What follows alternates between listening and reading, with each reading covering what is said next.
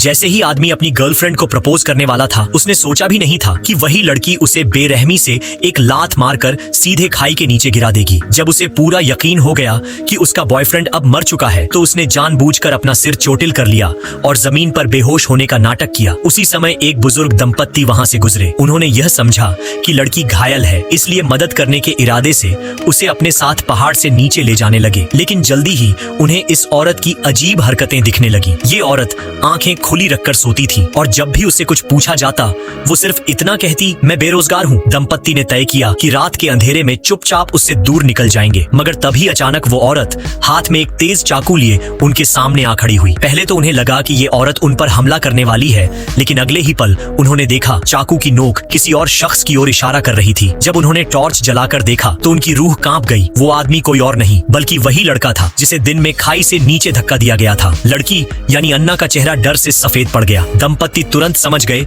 कि सामने वाला आदमी बेहद खतरनाक है। उन्होंने चेतावनी दी कि वह पास न आए, लेकिन वो आदमी न सिर्फ निडर था बल्कि उसके होंठों पर एक शैतानी मुस्कान थी। जैसे जैसे वह पास आता गया, बुजुर्ग आदमी ने हिम्मत करके एक मुक्का जड़ा, मगर अगले ही पल उसका हाथ कलाई से कट गया और फिर उस राक्षस ने सिर्फ उंगली हिलाई और बुजुर्ग आदमी का पूरा शरीर दो हिस्सों में बंट गया। ये सब देखकर अन्ना घबराकर जान बचाने के लिए भागी। असल में उसने अपने बॉयफ्रेंड को खाई से धक्का इसीलिए दिया था क्योंकि उसे पहले ही पता चल चुका था कि उसका प्रेमी इंसान नहीं है। भागते भागते बुजुर्ग महिला पीछे रह गई और उस राक्षस ने उसे पकड़ लिया। अन्ना पास ही छिप गई और आवाज तक नहीं की, लेकिन उस दानव ने जोर से धमकी दी, अगर तुम सामने नहीं आई तो मैं इसे टुकड़े टुकड़े कर दूंगा। मजबूर होकर अन्ना को सामने आना पड़ा, मगर अगले ही पल उस दानव ने अपनी बात तोड़ दी और बुजुर्ग महिला के सिर को चीर डाला। अब उसने अन्ना को भी दीवार से सटाकर मारने की कोशिश की, लेकिन जैसे ही वो वार करने वाला था, अचानक